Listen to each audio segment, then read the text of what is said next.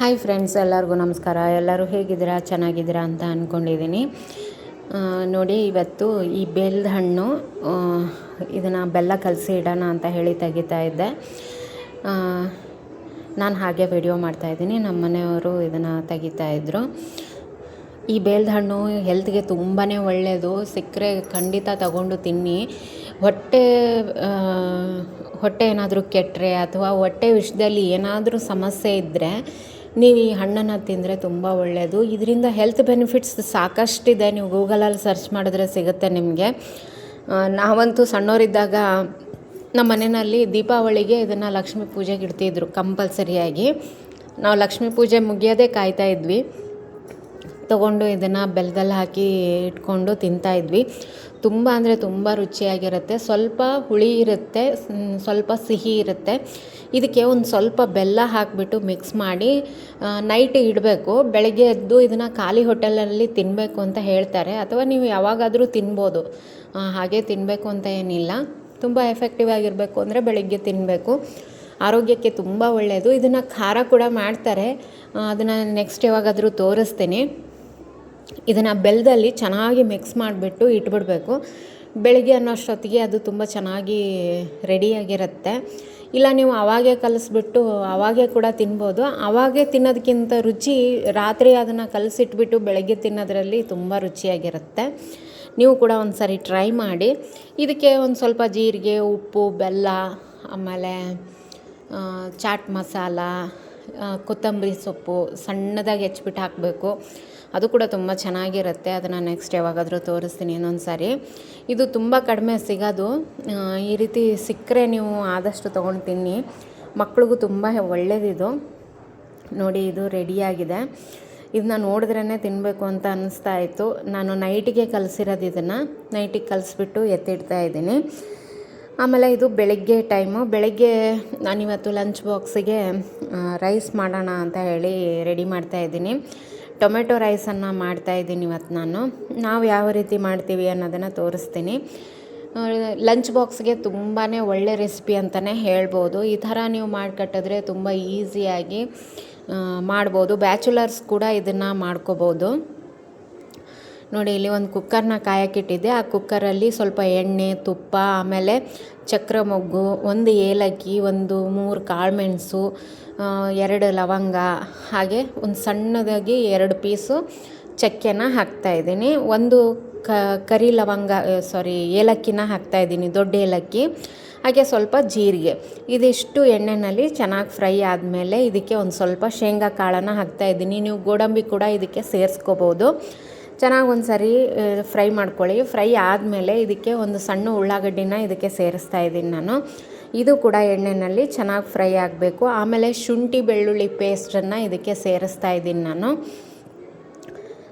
ಇದು ಬೇಗ ಆಗುವಂಥ ರೆಸಿಪಿ. ನೀವು ಬೆಳಗ್ಗೆ ಗಡಿಬಿಡಿ ಇರುತ್ತೆ ಅಂಥ ಟೈಮಲ್ಲಿ ಈ ರೆಸಿಪಿನ ನೀವು ಮಾಡ್ಕೋಬೋದು. ಉಳ್ಳಾಗಡ್ಡಿ ಎಲ್ಲ ಫ್ರೈ ಆದಮೇಲೆ ಈಗ ಇದಕ್ಕೆ ಟೊಮೆಟೊನ ಹಾಕ್ತಾಯಿದ್ದೀನಿ. 2 ದೊಡ್ಡ ಟೊಮೆಟೊನ ನಾನು ಸಣ್ಣದಾಗಿ ಹೆಚ್ಚಿದ್ದೀನಿ. ನೀವು ರುಬ್ಕೊಂಡು ಕೂಡ ಹಾಕ್ಕೋಬೋದು. ನಾನಿಲ್ಲಿ ಹೆಚ್ಚಿಬಿಟ್ಟು ಹಾಕ್ತಾಯಿದ್ದೀನಿ. ಹಾಗೆ ಒಂದು ಸ್ವಲ್ಪ ಧನಿಯಾ ಪುಡಿ, ಆಮೇಲೆ ಗರಂ ಮಸಾಲಾನ ಇದಕ್ಕೆ ಸೇರಿಸ್ತಾ ಇದ್ದೀನಿ. ನಾವು ಮಸಾಲೆನ ಇಡಿಯಾಗೂ ಕೂಡ ಹಾಕಿದ್ದೀನಿ, ಸ್ವಲ್ಪ ಪೌಡ್ರು ಕೂಡ ಹಾಕಿದ್ದೀನಿ. ಅದ್ರ ಜೊತೆಗೆ ಒಂದು ಸ್ವಲ್ಪ ಧನಿಯಾ ಪುಡಿ, ಆಮೇಲೆ ಅರಿಶಿಣ ಪುಡಿ ಮತ್ತು ಖಾರದ ಪುಡಿ ಇಷ್ಟು ಹಾಕ್ಕೊಳ್ಳಿ. ರುಚಿಗೆ ತಕ್ಕಷ್ಟು ಖಾರ ಪುಡಿ ಹಾಕ್ಕೊಳ್ಳಿ.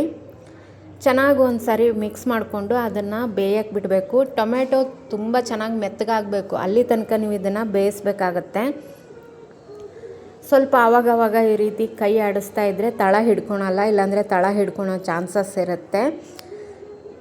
ನೀವು ಆವಾಗವಾಗ ಒಂದು ಸ್ವಲ್ಪ ಕೈ ಆಡಿಸಿ. ಈಗ ನೋಡಿ, ಸ್ವಲ್ಪ ಎಣ್ಣೆ ಮೇಲೆ ಬಂದಂಗೆ ಆಗುತ್ತೆ. ಆಮೇಲೆ ಟೊಮೆಟೊ ಕೂಡ ಮೆತ್ತಗಾಗುತ್ತಲ್ಲ, ಆವಾಗ ನೀವು ಅಕ್ಕಿನ ನೆನೆಸಿರುವಂಥ ಅಕ್ಕಿನ ಹಾಕ್ತಾಯಿದ್ದೀನಿ ನಾನು. ಒಂದು ಅರ್ಧ ಗಂಟೆ ನೆನೆಯೋಕ್ಕಿಟ್ಟಿದ್ದೆ ಸೋನಾ ಮೊಸರಿನ. ಅದಕ್ಕೆ ಅಕ್ಕಿನ ಹಾಕಿಬಿಟ್ಟು ಒಂದು ಸ್ವಲ್ಪ ಕೊತ್ತಂಬರಿ ಸೊಪ್ಪನ್ನು ಹಾಕಿ, ಈಗ ಇದಕ್ಕೆ ನಾನು ಈ ಲೋಟದಲ್ಲಿ ಅಕ್ಕಿ ಹಾಕಿದ್ದೆ, ಅದೇ ಲೋಟದಲ್ಲಿ ನಾನು 2 ಕಪ್ಪಷ್ಟು ನೀರನ್ನು ಸೇರಿಸ್ದೆ. ಆ ಗ್ಲಾಸಲ್ಲಿ 2 ಗ್ಲಾಸಷ್ಟು ನೀರನ್ನು ಸೇರಿಸ್ತಾ ಇದ್ದೀನಿ. 1 ಗ್ಲಾಸ್ ಅಕ್ಕಿಗೆ 2 ಗ್ಲಾಸ್ ನೀರನ್ನು ಹಾಕ್ತಾಯಿದ್ದೀನಿ. ಹಂಗೆ ಹಾಕಿದ್ರೆ ಉದುರಾಗಿ ಚೆನ್ನಾಗಾಗುತ್ತೆ. ನಿಮಗೆ ಒಂದು ಸ್ವಲ್ಪ ಮೆತ್ತಗೆ ಬೇಕು ಅಂದರೆ ಅದಕ್ಕೆ ಒಂಚೂರು ಜಾಸ್ತಿ ನೀರು ಹಾಕ್ಕೋಬೇಕು. ಒಂದು ಅರ್ಧ ಜಾಸ್ತಿ ನೀರು ಹಾಕ್ಕೋಬೇಕು. ನಾನಿಲ್ಲಿ 2 ಸ್ಪೂನ್ ಮಾತ್ರ ಹಾಕ್ತಾಯಿದ್ದೀನಿ ಹೆಚ್ಚಿಗೆ. ಒಂದು ಅಕ್ಕಿಗೆ 2 ನೀರು ಹಾಕ್ಕೊಂಡ್ರೆ ಇನ್ನೂ ಚೆನ್ನಾಗಾಗುತ್ತೆ. ನಿಮ್ಮ ಮನೆಯಲ್ಲಿ ಅಕ್ಕಿ ಯಾವ್ದು ಬಳಸ್ತೀರಾ ಅದನ್ನು ನೋಡಿಕೊಂಡು ಯೂಸ್ ಮಾಡ್ಕೊಳ್ಳಿ. ಇದನ್ನು ಚೆನ್ನಾಗಿ ಒಂದು ಸರಿ ಮಿಕ್ಸ್ ಮಾಡಿಬಿಟ್ಟು ಒಂದು ಸ್ವಲ್ಪ ಉಪ್ಪು ಕೂಡ ಹಾಕ್ಕೋಬೇಕು. ಹಾಗೆ ಇದಕ್ಕೆ ಒಂದು ಸ್ವಲ್ಪ ಸಕ್ಕರೆ ಕೂಡ ಆ್ಯಡ್ ಮಾಡ್ತೀನಿ ನಾನು. ಸ್ವಲ್ಪ ಟೊಮೆಟೊ ಹುಳಿ ಇದ್ದರೆ ಸಕ್ಕರೆ ಹಾಕಿದ್ರೆ ಬ್ಯಾಲೆನ್ಸಿಂಗ್ ಆಗಿ ಚೆನ್ನಾಗಿರುತ್ತೆ ಟೇಸ್ಟು. ಅದಕ್ಕೋಸ್ಕರ ಈಗ ಚೆನ್ನಾಗಿ ಒಂದು ಸಾರಿ ಮಿಕ್ಸ್ ಮಾಡಿಬಿಟ್ಟು ಕುಕ್ಕರ್ ಮುಚ್ಚಳನ ಮುಚ್ಚಿ ಒಂದು 2 ವಿಸಲ್ ಬರೋ ತನಕನೂ ನೀವು ಇದನ್ನು ಬೇಯಿಸ್ಕೋಬೇಕು. ಯಾಕಂದರೆ ಒಂದಕ್ಕೆ 2 ನೀರು ಹಾಕಿದ್ದೀರಾ, 2 ನೀರು ಹಾಕಿದ್ರೆ 2 ವಿಸಲ್ ಸಾಕಾಗುತ್ತೆ. ಜಾಸ್ತಿ ಏನು ಅವಶ್ಯಕತೆ ಬೀಳಲ್ಲ, ಇಲ್ಲಾಂದರೆ ಪೂರ್ತಿಯಾಗಿ ಮೆತ್ತಗಾಗ್ಬಿಡುತ್ತೆ. ಅದಕ್ಕೋಸ್ಕರ 2 ವಿಸಲ್ ಆದಮೇಲೆ ನೀವು ಸ್ಟವ್ನ ಆಫ್ ಮಾಡ್ಕೊಂಬಿಡಿ. ಇದು ಸೀಟಿ ತಣ್ಣಗಾಗೋ ತನಕ, ಕುಕ್ಕರ್ ತಣ್ಣಗಾಗೋ ತನಕ ಬಿಟ್ಬಿಡಿ. ಇಲ್ಲಾಂದರೆ ಸೀಟಿ ಇಳಿದಿಲ್ಲ ಅಂದರೆ ನೀವು ಹಾಗೆ ತೆಗೆದ್ರೆ ಅನ್ನ ಚೆನ್ನಾಗಿ ಬೆಂದಿರೋದಿಲ್ಲ. ಅದಕ್ಕೋಸ್ಕರ ನೋಡಿ, ಈಗ ಸೀಟಿ ಇಳಿದಿದೆ, ಈಗ ನಾನು ತೆಗಿತಾ ಇದ್ದೀನಿ. ನೋಡಿ ಅನ್ನ ಎಷ್ಟು ಚೆನ್ನಾಗಿ ಆಗಿದೆ ಅಂತ. ಈಗ ಒಂದು ಸರಿ ಮಿಕ್ಸ್ ಮಾಡ್ಕೊಂಬಿಡಬೇಕು. ಇದಕ್ಕೆ ಮೊಸರಿನ ರಾಯ್ತ,